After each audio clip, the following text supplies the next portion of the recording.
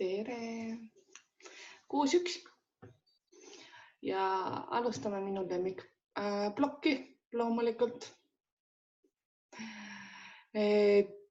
Raamatupidamist.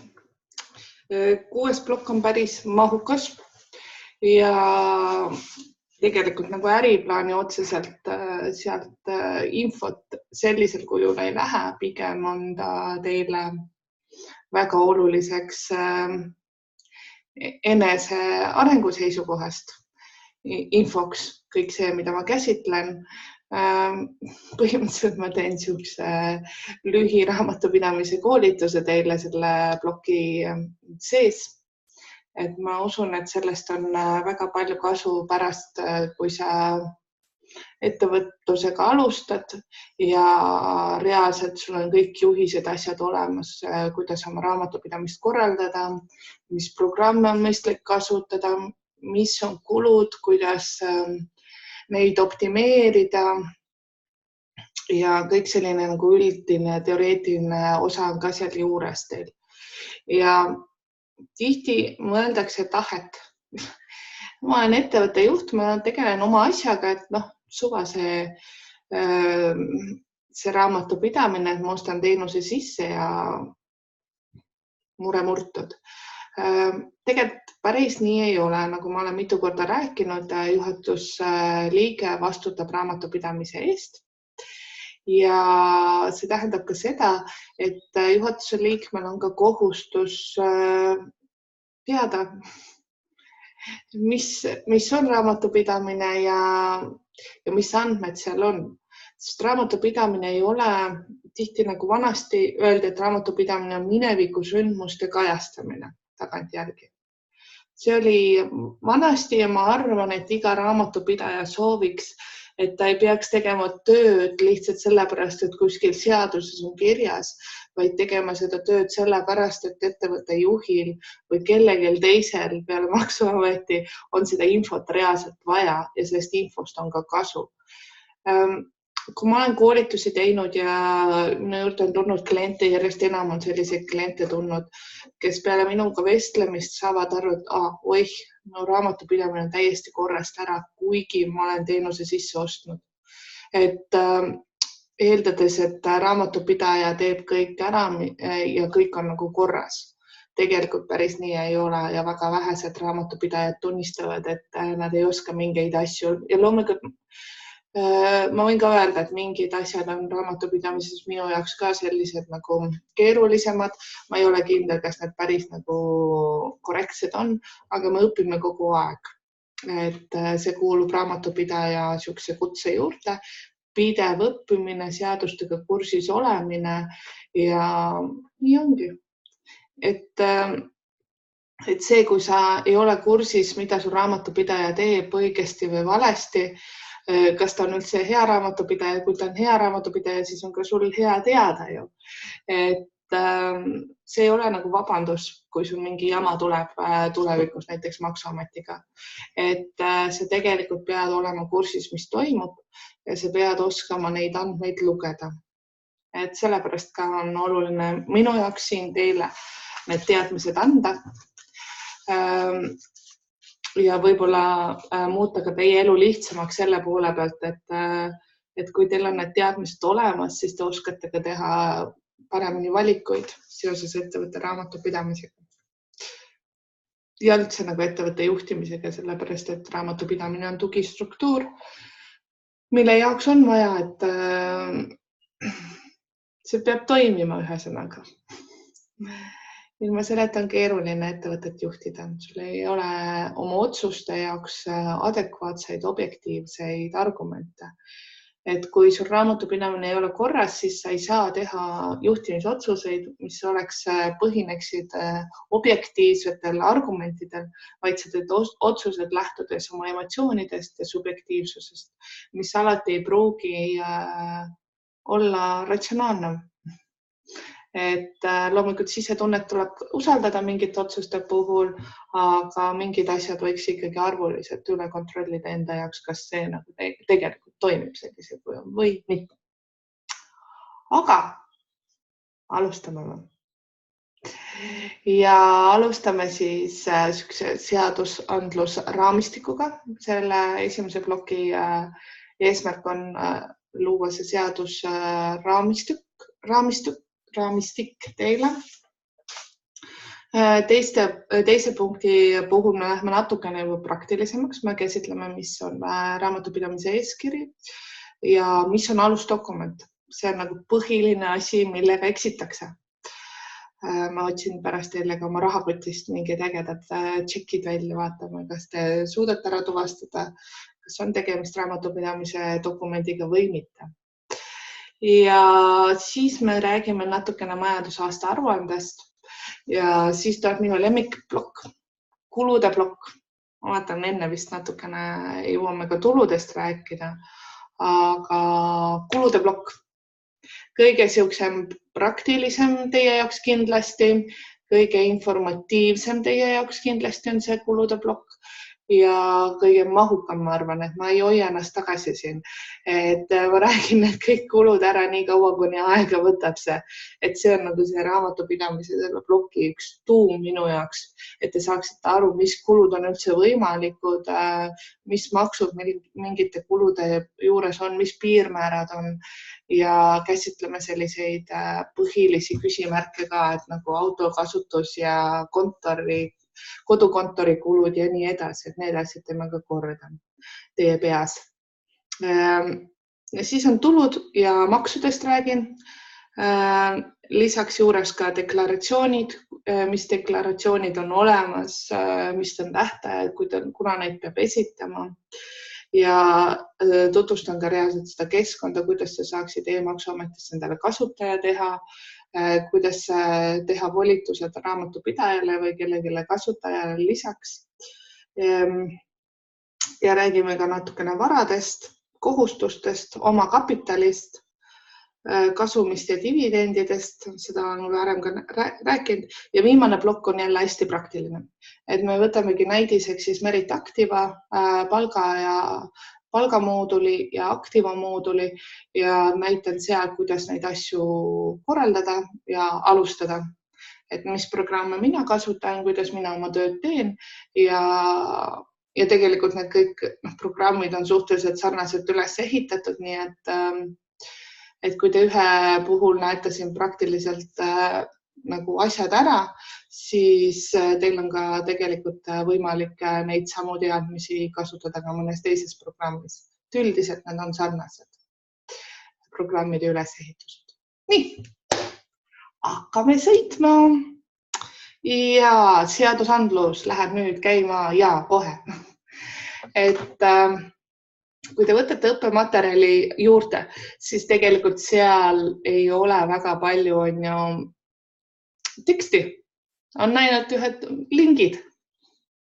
Põhjus lihtne, sellepärast, et asjad muutuvad. Mul ei ole mõtet teile kopeerida sinna õppematerjali asju. Näiteks vanasti need olid RTJ-s toimkonna juhendid, et needki muutuvad 1. juulil 2019 hakkab uus redaktsioon kehtima ja neid muudetakse ja eelnevalt on ka muudetud, pool aastat kehtis üks ja nii edasi. Et tegelikult ma tahaks teile tutvustada võimalust, kus te saate alati usaldusväärse ja adekvaatse info. Et ma share'in nii-öelda siis seda ekraani ka teile.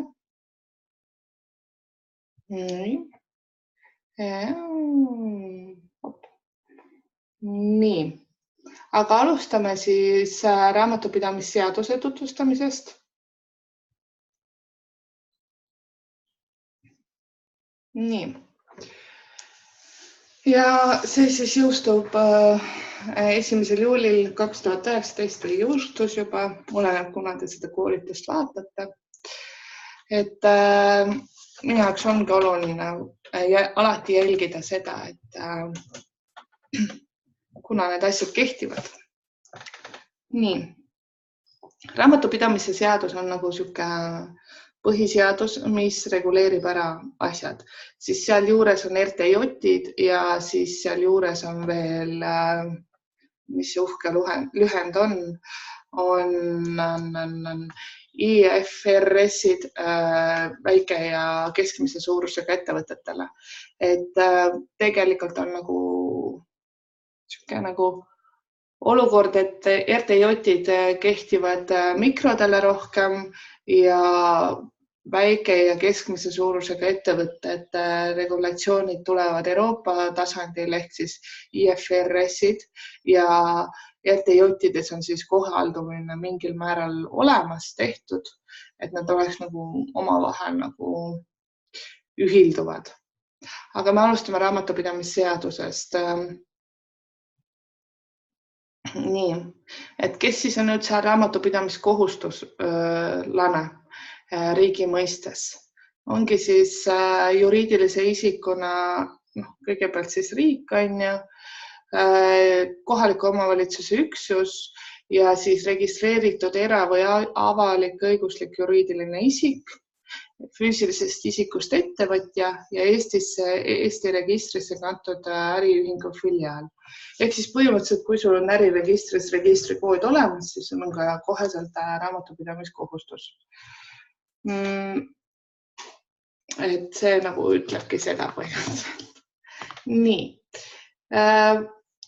Siin on ära toodud ka mõisted, et nendest me räägime ka pärast nagu rohkem. Iga mõiste juures ma toon ka kõik asjad nagu välja.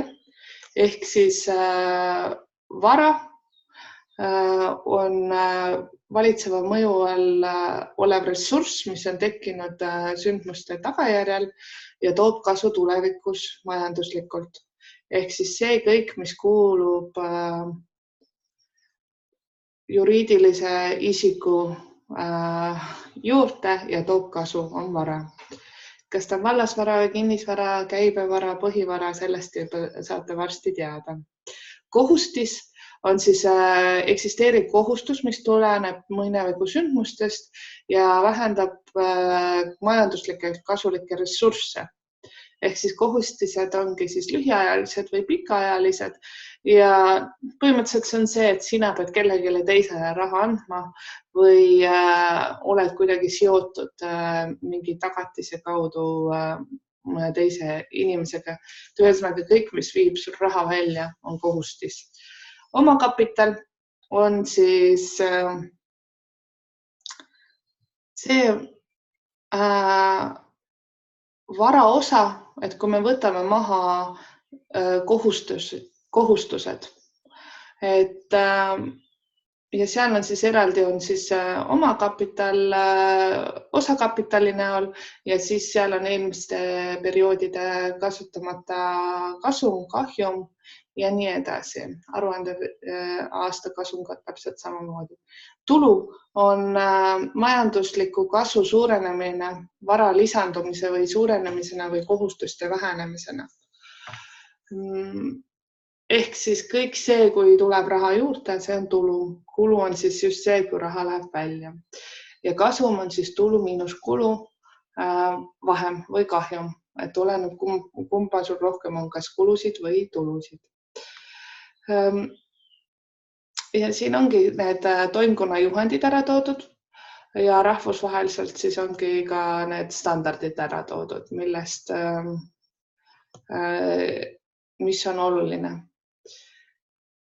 Ja mikro ja väike ja keskmise ettevõtete vahe te peaksite juba teadma, et esimeses plokis me käsitlesime ettevõtluse erinevaid vorme ja seal olid ka suurusega liigitused olemas. Mikro on siis kuni 10 töötajat, käibe mahun on ka seal juures. Miks ta on eraldi, neile kehtib lihtsustatud majandusaasta aruande vorm. Väike ja keskmise suurusega ettevõtetes on siis rohkem neid käibeid, töötajaid ja nii edasi, aga väikeettevõtjaks sa muutud kohe, kui sul on 2 osanikku. Nii et see on oluline erinevus võib-olla teil ka.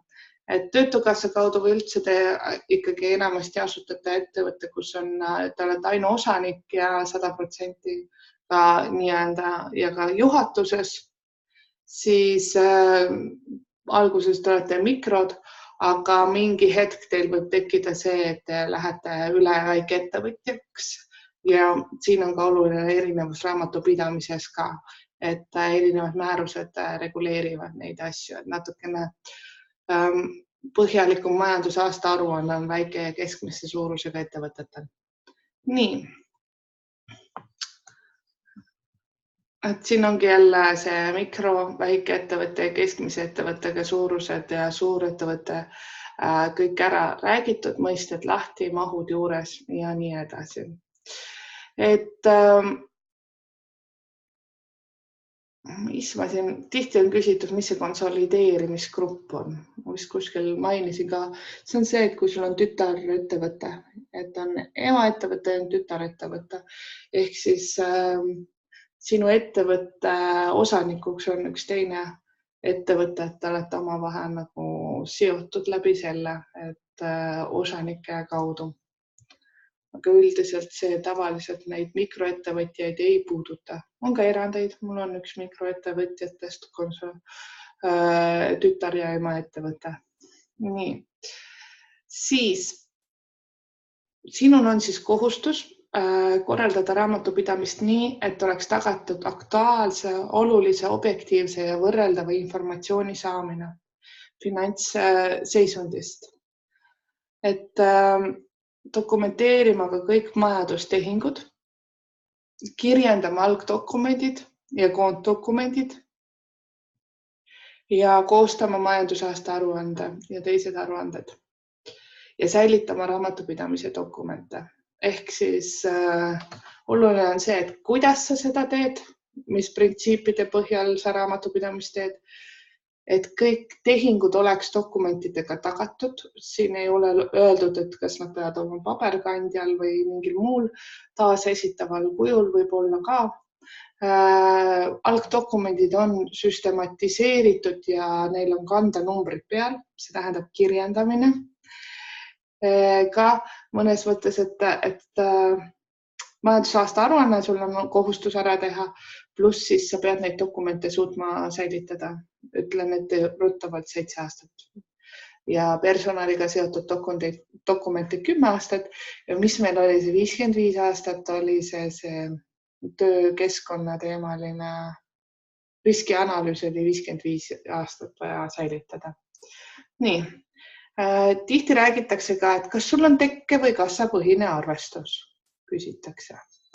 Kassapõhine arvestus on siis, kui sul kõik raha laekumised ja väljamaksmised ongi seotud majandustehingutega, et enamasti FIE-del on siis kassapõhine arvestus. Ülejäänutel on enamasti ikkagi tekkepõhine.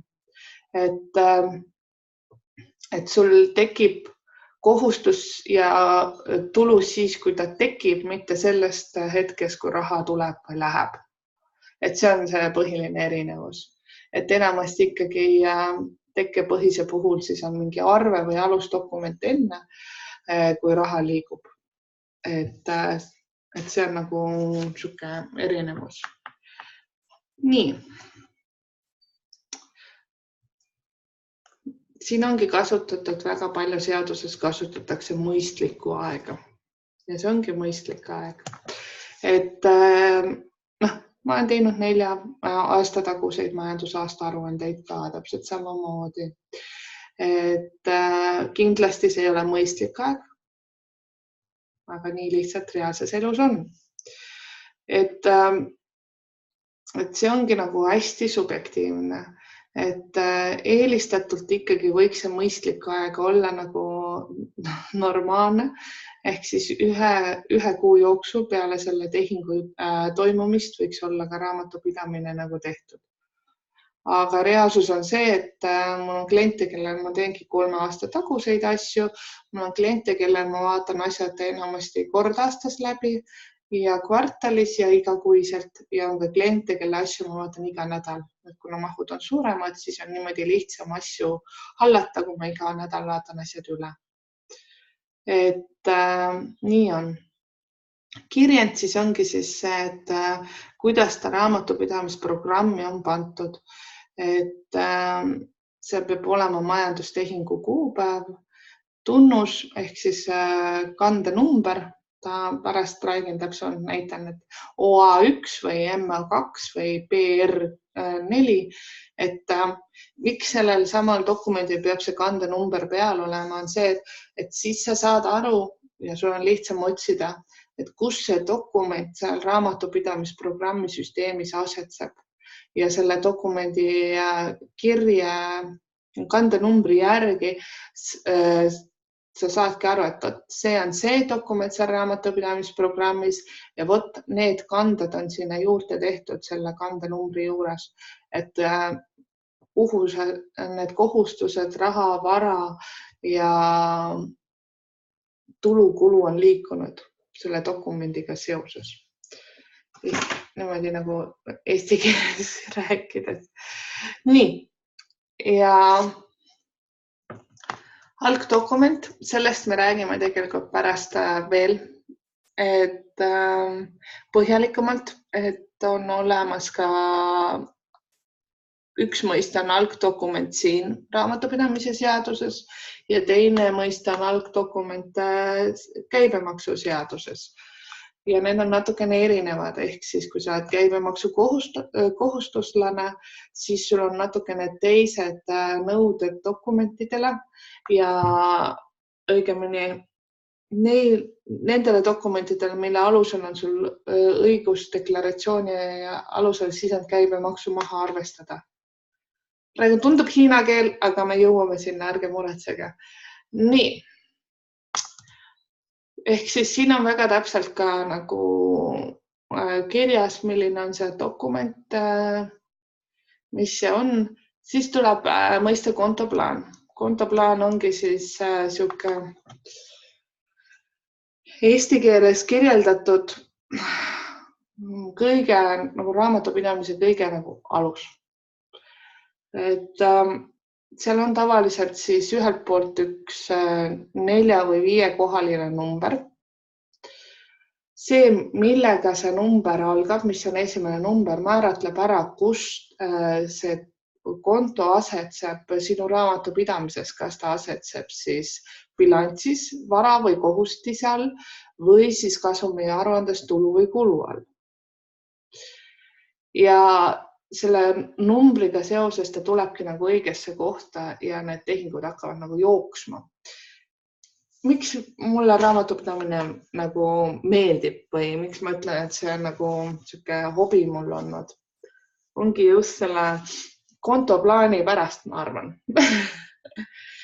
Põhjus selles, et see kontoplaan ongi tavaliselt sihuke nagu ühelt poolt oled need numbrid ja teiselt poolt on siis, mis see sisaldab, mis see number nagu tähendab.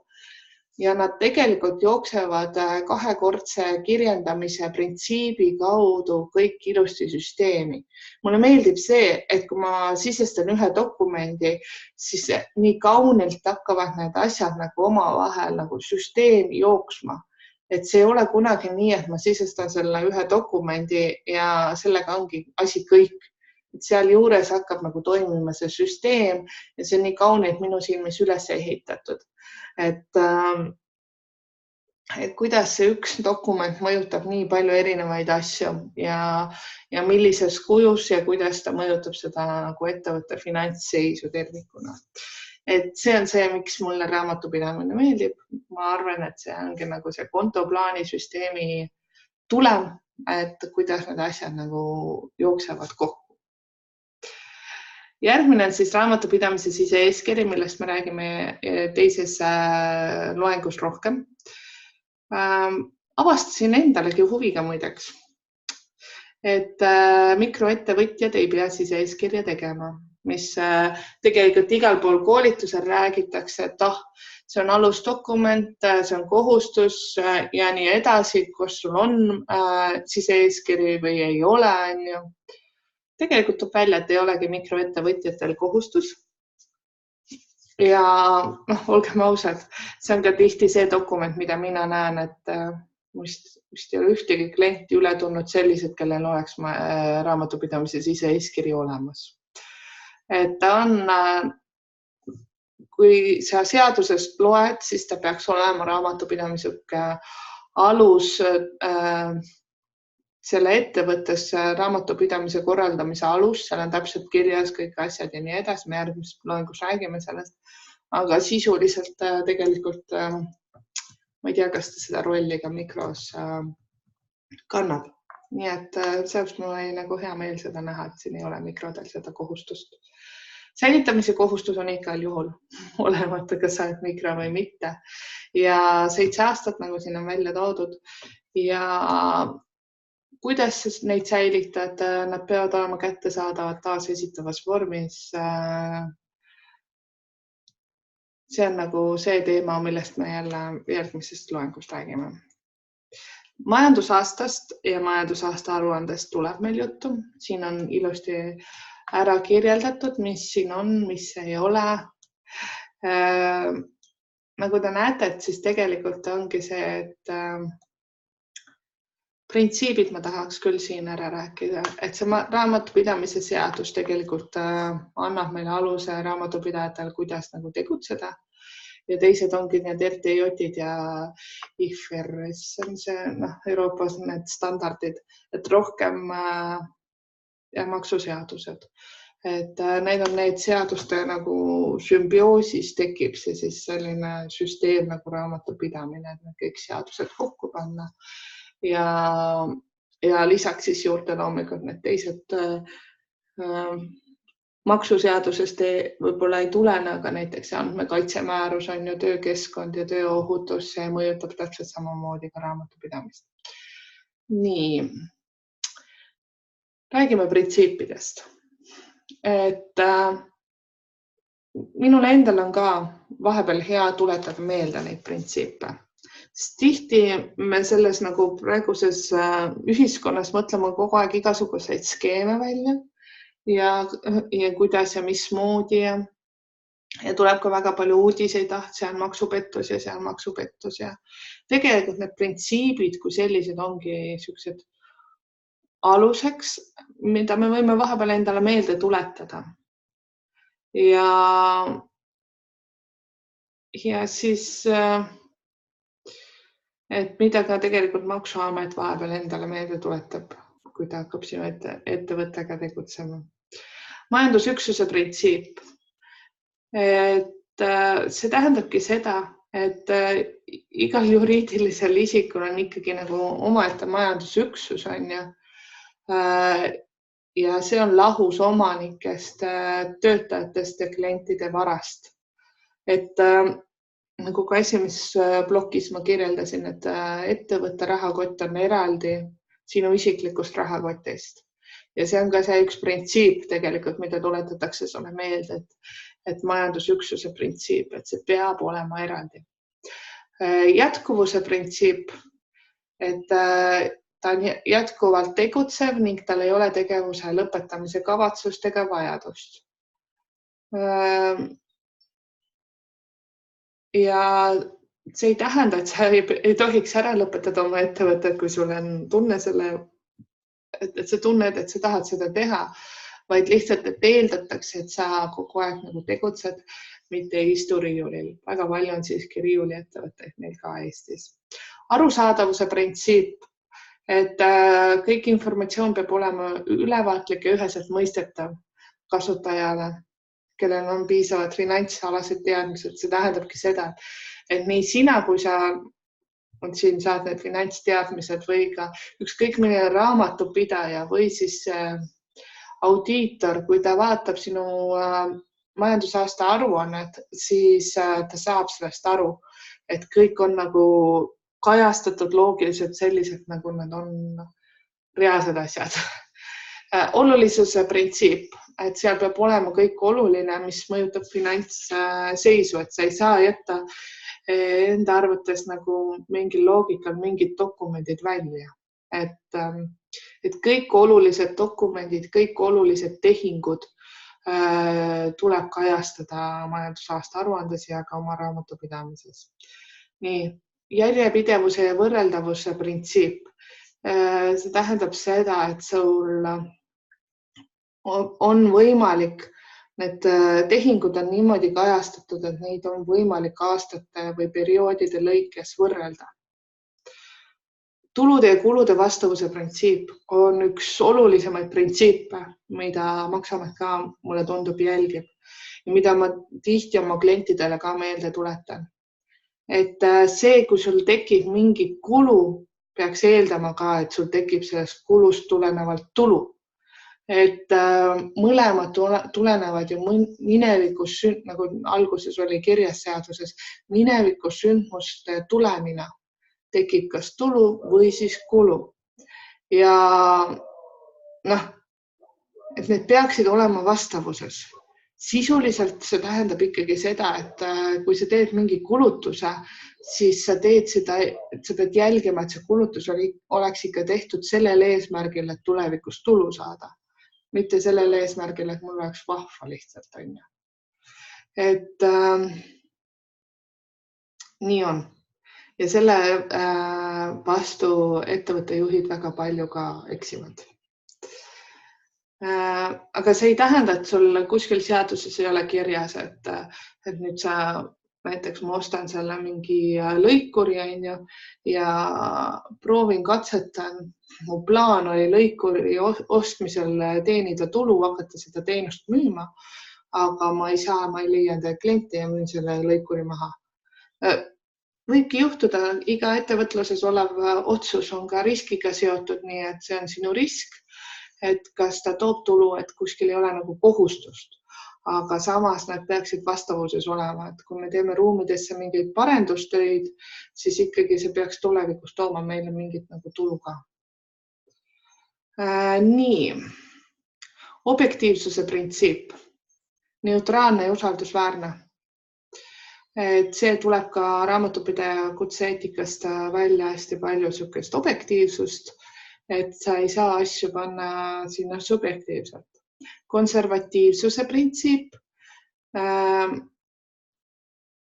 et sul ongi asjad nagu mõistlikult ja reaalselt hinnatud, et sa ei ole sinna nagu lisanud dimensioone, mis ei ole õigustatud. Et su varad ei ole hinnatud ebamõistlikult kõrgeks ja sinu kohustused ei ole ebamõistlikult madalaks, et sa saaksid näidata, et aruanne on väga jätkusuutlik ja nii edasi, et pangast näiteks laenu saada, siis see on jälle üks printsiip, mis hoiab seda nagu ohjes.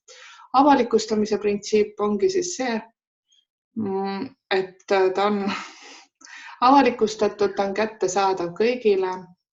Et teiegi ju näiteks, ma eeldan konkurentside peatükis kindlasti kasutasite seda võimalust, et peamise konkurendi majandusaasta aruannet ostsite 2 euroga. Ja see ongi see printsiip, mis lubab seda. Sisu ülimusliku printsiip tähendab seda, et lähtutakse nende sisust ka see, kui ei juhtu juriidilise vormiga. Ja ühelt poolt ka see tähendab ka seda, et meil ei ole mõtet teha tehingut, kui sellel ei ole sisu. Et lihtsalt, et oleks vaja tehingut, et meil ei ole mõtet välja kirjutada arvet, kui me tegelikult ei osuta teenust või siis ka ei müü talle kaupa. See peab olema nagu reaalne vahetustegevus, mis on toimunud, mitte lihtsalt tühja arve esitamine. Et see on ka üks oluline printsiip, mida jälgitakse, et need asjad oleksid omavahel ikkagi nagu loogiliselt. Jälle siin tuleb see kaine mõistus ja loogiline mõistus appi. Bilanskasumi aruanne, siin me väga palju ei räägi, rahavoogude aruanne, omakapitali muutuste aruanne ja aastaaruande lisad. Nendest me räägime järgmistes plokkides. Need on kõik seal majandusaasta aruande juurde kuuluvad asjad. Ja enamus neist ei ole kasutuses mikroettevõtjatel, nii et on tehtud lihtsamaks asi. Konsolideerimisgrupi majandusaasta aruanne on ka siin eraldi, et see tähendab seda, et liidetakse kokku teatud loogikaga. See on niisugune põhjalik koolitus, et sellest teil ei ole mõtet rääkida. 2 erineva või 3 erineva, kui palju sinna gruppi kuulub neid ettevõtteid, nende bilanssid ja kasumi aruanded, kohustused, varad liidetakse siis ühte aruandesse kokku, siis tulebki konsolideerimise grupi aruanne. Nii, ja siin ongi siis toimkonna juhendid, nendeni me kohegi jõuame, kuidas need reguleerivad meil asju. Ja avalik sektor on ka siin ilusti ära käsitletud ja füüsiline isik, korteriühistud on ka siin natukene räägitud, aga muud vist siin ei olegi. Nii, kõik, seadus läbi. Juhuu!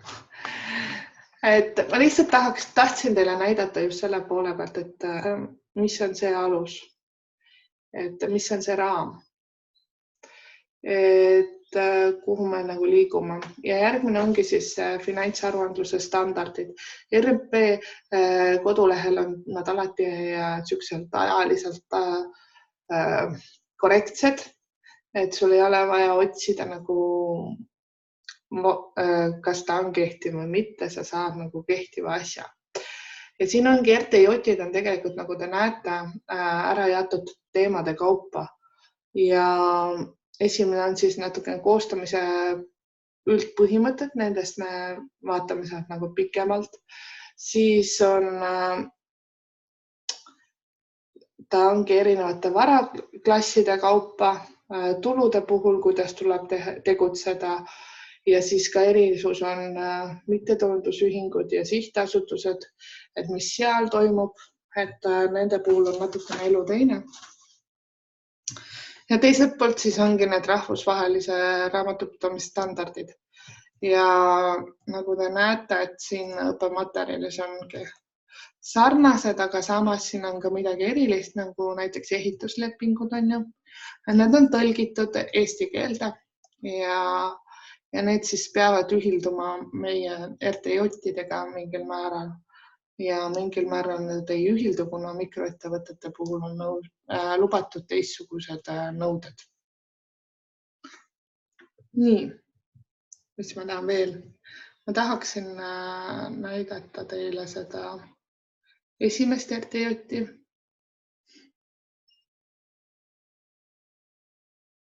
Nii. Et me tegelikult need printsiibid isegi rääkisime ära. Tahtsin seda just näidatagi teile. Need printsiibid on siin nagu veel rohkem lahti seletatud. Nii. Et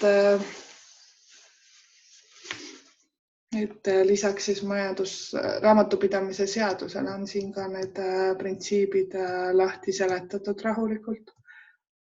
Võib-olla nagu rohkem ja mõttes oli ikka mingid näited juures. Võtame see sisu ülimusliku printsiip, mis on üks olulisemaid. Ehk siis näiteks, et ettevõte sõlmib pangaga väärtpaberite tehingu ja siin on näide olemas. Ja samamoodi minu jaoks ongi see, et need asjad nagu peavad sisust tulenema, nagu ka tegelikult lepingute puhul ma rääkisin, et ei ole oluline, mis see lepingu nimi on. Oluline on see sisu ja sisu tegelikult kaalub üle selle nimetuse, mis selle dokumendil on. Siin raamatupidamises on täpselt samamoodi kehtib see, et ei ole nii tähtis nagu see dokumendi pealkiri nii-öelda kui see sisu ja kas sellel on üldse sisu. Et alati peab nagu jälgima, et kas see on üldse see mõistlik tehing, mida siis teha, et mis selle tehingu eesmärk on ja mis selle tehingu sisu on. Nii. Seadusandluste raamistiku poole pealt ongi siis lisaks siis, nagu te nägite, raamatupidamise seadusele on RTJ-d. Need peaksid olema iga raamatupidaja nagu sihuke lugemisvara, vähemalt on need kunagi õppimise käigus kõik läbi töötanud enda jaoks. siis ja need rahvusvahelised standardid täpselt samamoodi, nii kui tuleb muudatus, siis raamatupidajal on nagu see vaikimisi kohustus neid asju lugeda kogu aeg, jälgida. Ja teine põhiline seadusraam on maksuseadused, et kui sealt tuleb mingid muudatused, siis raamatupidaja peab ennast hoidma kursis. Ma tean, et väga palju loomulikult tuleb igasuguseid siukseid keskkondi, materjale, kus raamatupidajad saavad nagu uurida ja hoida ennast kursis, et ka enamasti raamatupidajad hommikuti alustavadki vastava kirjanduse lugemisega mingit ajakirja, kus on räägitud mingitest seaduste muudatustest, juhtumitest, kuidas lahendada. Kohtulahendid mõjutavad täpselt samamoodi raamatupidamist väga palju. Ehk siis, kui kohtulahend näiteks siin algdokumenti käibemaksuseaduses järjest rohkem kohtulahendeid tuleb, kuidas nagu Maksuameti seisukoht on, mis on kohtu seisukoht ja mis on ettevõtte seisukoht. Käibemaksuseaduses dokumendi olemusest ja sealt tulenevalt on järjest suurem surve ka just selle dokumendi sisule ja järjest jäigemaks need nõuded lähevad. Et need on kõik nagu omavahel seotud. Lisaks on siis oluline ka raamatupidajate jaoks kutse-eetika. Et see on seal RMP kodulehel ilusti seaduste juures olemas, et kutse-eetika, et millega raamatupidaja peaks nagu kursis olema. Hästi palju seal ongi siis räägitud usaldusväärsusest ja siis et ta peab ikkagi teadma, mida ta teeb, et ta ei esita nagu valesid ootuseid oma kliendile, ütleb ühte ja tegelikult ta ei tea sellest midagi. Ja loomulikult on kutsestandardid ja kutse taotlemine raamatupidajatel ka võimalus saada nagu siuke kvaliteedimärk juurde. Mul kutset ei ole. Ma olen mõelnud vahepeal selle peale, aga ei teagi, mille taha on ta jäänud. Minu taustaks ongi siis Tartu Ülikool majandusteaduskond ja Maaülikool magistriõppe finantsarvestus, majandusarvestus ja finantsjuhtimine. Et ja tegelikult kõige rohkem õpetab praktiline elu. Et reaalsed praktilised juhtumipõhised uurid, möllad, mässad. Et see on nagu siuke, mis annab sulle nagu väga tugeva baasi, et erinevate juhtumite uurimine, et kuidas keegi on lahendanud ja küsida inimeste käest nõu suurtest raamatupidamisettevõtetest näiteks, kus on ka juristid ja kõik, et ta on hästi seotud kõigega. Sellepärast ta võib-olla tundub ka inimestele keeruline, kuna seda nagu raamistikku, mille sees raamatupidamine tegutseb, on päris palju ja väga palju on ka juriidikat seal, et tihti ma vahepeal tunnen, et ma võiks nagu juristi taustaga olla, sellepärast et siis oleks nagu lihtsam, et neid seaduseid lugeda ja neid mõista, et tõlgendada enda jaoks lahti. Aga liigume siis edasi järgmise loengu juurde ja kohtume juba raamatupidamise eeskirja ja alusdokumentide puhul. Et järjest praktilisemaks lähme, et see oli kõige nagu siuksem baas, alus, et te saaksite aru, et kus me liigume, mis raamides me liigume. Ja nüüd siis lähme järgmisse loengusse, kus on siis raamatupidamise eeskiri meil ees. Ja vaatame, kuhu me seal jõuame alusdokumentidega. Kohtumiseni!